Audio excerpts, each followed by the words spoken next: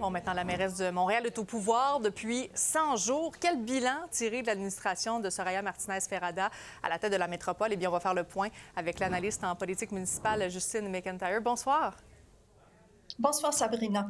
Donc, d'abord, la mairesse s'est donné une note de 8 sur 10 pour ses 100 premiers jours. Elle dit être satisfaite quand même du travail colossal accompli par son équipe. Qu'est-ce que vous pensez de cette note-là?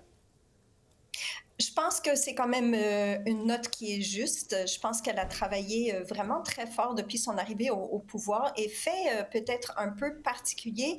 Elle nous a déjà annoncé pendant sa campagne électorale qu'elle avait 10 actions phares qu'elle voulait accomplir dans les 100 premiers jours et on a vu le travail qu'elle a mis à les accomplir. Il y a plusieurs des actions qui ont quand même très bien avancé. On peut penser à l'itinérance, on peut penser au règlement municipal qu'elle a voulu révoquer pour le remplacer par autre chose, le 20 de logements abordables.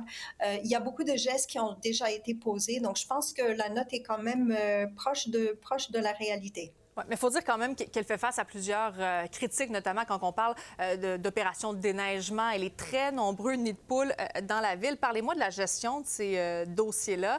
Est-ce que ça a été bien fait de la part de la mairesse?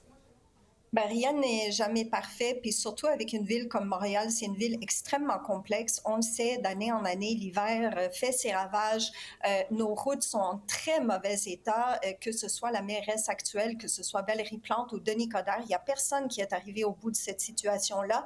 Pareil pour le déneigement, je dirais, d'année en année, il y a des frustrations. Alors, on vit des hivers qui sont exceptionnellement difficiles et je ne pense pas que la mairesse soit arrivée au bout de ses peines. Ce qu'on voit, par contre, s'il y a une différence dans sa manière de communiquer les enjeux, Ouais. puis elle se range plutôt du côté des citoyens, elle comprend les difficultés qu'on subit, puis ça fait une différence. Ce serait vraiment, donc, selon vous, la différence? Parce que souvent, quand on change d'administration, on se dit, bien, il va y avoir beaucoup de changements. Oui, elle a réalisé, bon, ces 10 actions en 100 jours, mais somme toute, quand même, peut-être la différence la plus marquante avec la précédente administration, ce serait quoi pour vous? Ben, elle a dit qu'elle allait écouter et agir. On Ouais. l'entend, elle est beaucoup à l'écoute. C'est aussi une personne qui est très travaillante et ce qu'on sent, c'est que c'est une présence qui est très authentique. Elle est beaucoup sur le terrain. Ce n'est pas quelqu'un qu'on sent qui est très préparé, qui a une équipe derrière elle pour faire des mises en scène. Elle est là avec les citoyens. Elle constate les nids de poules. Elle constate les enjeux de déneigement. Au lieu de faire la défense de comment ça se passe à la ville de Montréal, elle va dire non, non, il y a des correctifs à apporter, je vais les faire. Peut-être pas, elle sera peut-être pas capable de tout faire dans les 100 premiers jours, mais au moins on sent qu'il y a une meilleure prise en charge de ces dossiers-là. Je pense notamment peut-être au défi, justement, de l'itinérance dans la ville de Montréal. Sinon, ça va être quoi son plus gros défi, en fait, pour son administration?